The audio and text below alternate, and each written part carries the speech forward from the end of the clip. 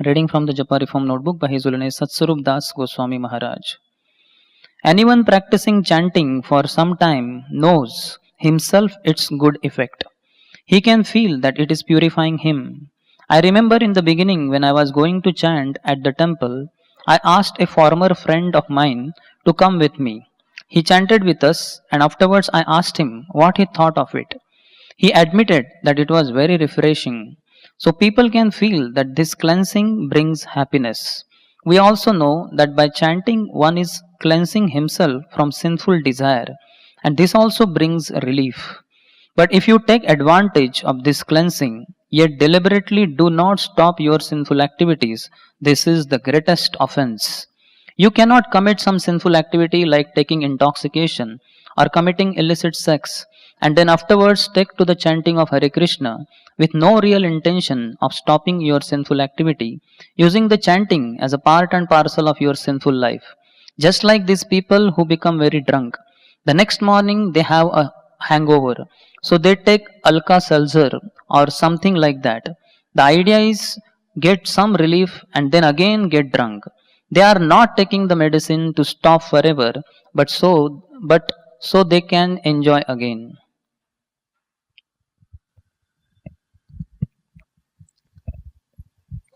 When a spiritual practitioner goes from sinful life to pure life, due to the previous life sinful activities and current life sinful activities, there is always a sinful proclivity, the tendency, what we call as kutam or the bijam.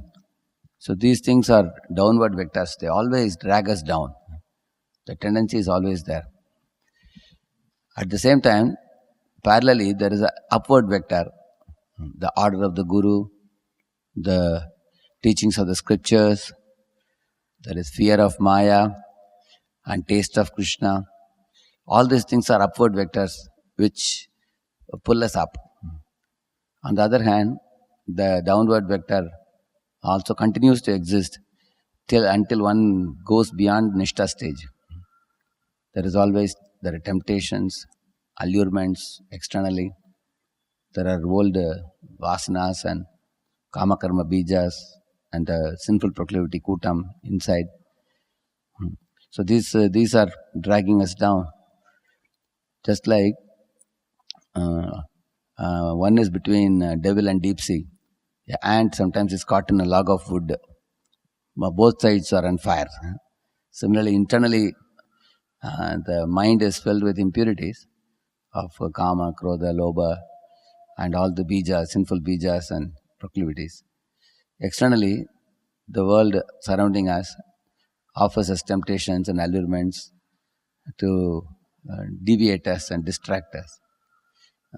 So, in this type of situation, one who has understanding of the dangers of succumbing to temptations or allurements and losing the opportunity in the human form of life. So that is one type of fear, but that fear alone is not enough. The fear may sometimes keep us warned, but one requires the taste of Krishna consciousness in order for one to be able to go up.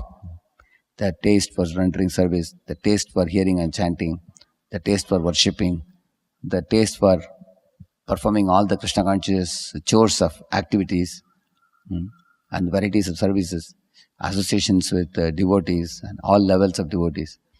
So one has to identify how to increase the taste in all these different items so that one will be uplifted and one will not look back into the previous sinful life, because when one goes from the wall of sin to wall of purity, in between one can again fall back to the wall of sin. Again, if one is careless or one is not getting higher taste or one is careless in dealing with Maya, then one can actually fall back. So one amazing experience a devotee will get, as he says here, as we are progressing in the right direction, we feel confidence, reassurance, hope, joy, bliss.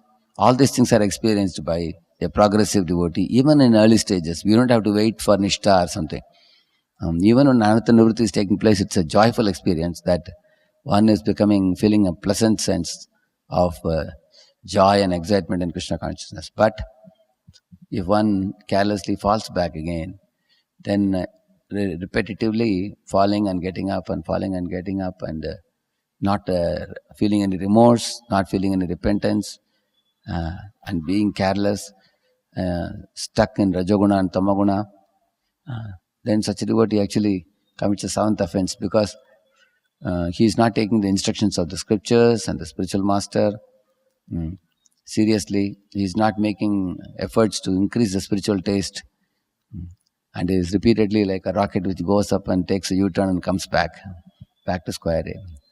So therefore Srila Prabhupada coined the term bloop. Some people have blooped from Krishna consciousness, given up all the practices altogether. And some people haven't given up the practices, but they are doing the practices improperly, half-heartedly, haphazardly. And some are doing the activities without bringing the heart and the mind. In this way, there are different levels of devotees. So the seventh offense actually is a warning for us that we don't take the holy names cheaply, and we don't abuse the holy name, and we don't become crooked in mentality, thinking that both can go side by side, no problem. It's like letting up fire and putting off with water. Again letting up fire and putting off with water.